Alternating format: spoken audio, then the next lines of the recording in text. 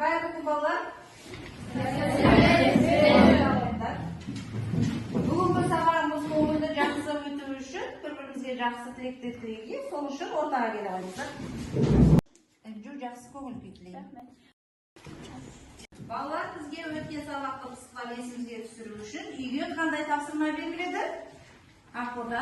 Туған өлкеміздің тарихи тұлғаларын. Жақсы, отыра ғой. Туған өлкеміздің тарихи тұлғаларынан кімдерді білеміз? Аңғар. Абай Құнанбаев, Мұхтар Әуезов. Жақсы. Осы кісілердің қандай шығармалар есімізде балалар? Кім айтады? Ақбота. Әуезовтың көксерек шығармасы. Жақсы. Келесі, Диана. Ендеше балалар, бүгінгі біздің сабағымыздың тақырыбы әдебиеттегі туған өлке мәдениеті мен салт-дәстүрлер деп аталады екен. Біз балалар салт-дәстүрлер туралы қазақ әдебиеті сабағында да оқимыз, Біз қандай салт-дәстүрлерді білеміз? Қазір біз өзімізде қолданып жүрген, ескіріп бара жатқан салт-дәстүрлер жаңарту мақсатында қандай салт-дәстүрлерді білеміз? Кәусар айта ғой. Балалар, енді біз осы салт-дәстүрге байланысты тапсырма орындайық. Салт-дәстүрлер галереясының ішінде беташар, сүндет той, қымыз мерекесі деп жатыр. Сіздердің алдарыңызға қағаз берілген, мәтін берілген. Беташар салты ол қазақтың келін түсігінде жасалатын салтының бірі. Беташар келіннің бетін кім ашса, сол келінге қаттырақ ыстық болады. Және де келін Ағатай сапарынан деген өлеңді талдаймыз. Өлеңді екі бөлікке бөлінген, екі топқа екі өлең берілген нұсқасы. Сол өлеңге қарайсыздар да өлеңнің ішінен көркемдегіш құралдарды, эпитетті және теңеуді табады екенбіз. Оқыңыздар.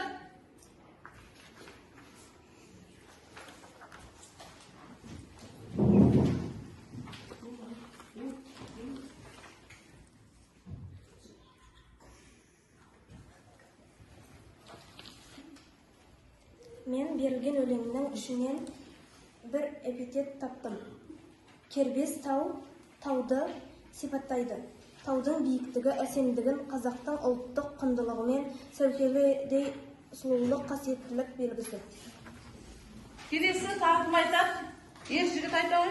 Мәтін ішіндегі эпитет таулар беске ұқсап, немесе өзен аққан жібектей сияқты теңеулер табиғат пен адам өмірі арасындағы байланысты көрсетеді.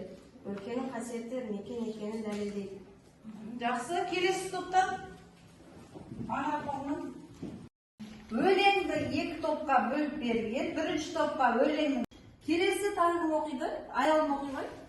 Қазақтың салт-дәстүрі. Қазақ халқы ежелден салт-дәстүрге бай, мәдениеті тереңін. Салт-дәстүр ата-бабамыздан келе жатқан рухани мұра. Ұлттың болмысын танитын айқын белгі. Бұл ұрпақтар сабақтастығын жалғастырып ұлтты бірлікке, тәртіпке, тәрбиелі өмірге жетелейтін құрал. Қазақ халқында нәресте дүниеге келгеннен бастап өмірінің соңына дейін түрлі салттардың орындалады. Мысалы, Бізде балалар келесі тапсырма Қалихан Бекхожиннің Алтай Тарбағатай сапарынан деген өлеңді талдаймыз. Өлеңді екі бөлікке бөлінген, екі топқа екі өлең берілген нұсқасы. Сол өлеңге қарайсыздар да өлеңнің ішінен көркемдегіш құралдарды, эпитетті және теңеуді табады екенбіз. Оқыңыздар.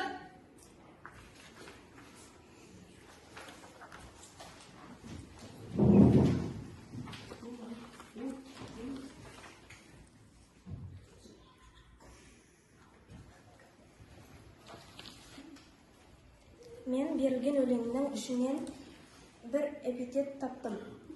Кербез тау, тауды сипаттайды.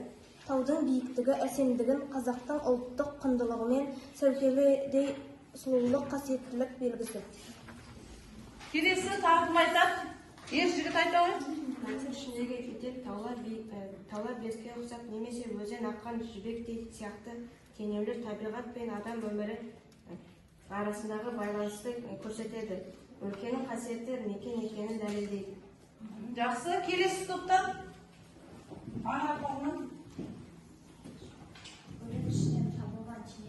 Аяла оқи ғой.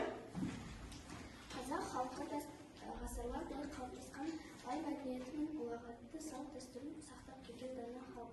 Бұл дәстүр халқымыздың Енді бізді балалар келесі тапсырма.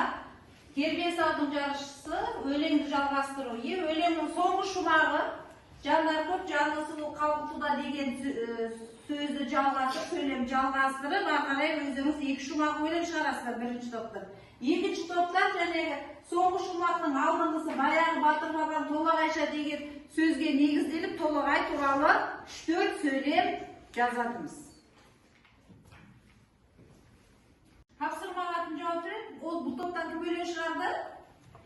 Аяру.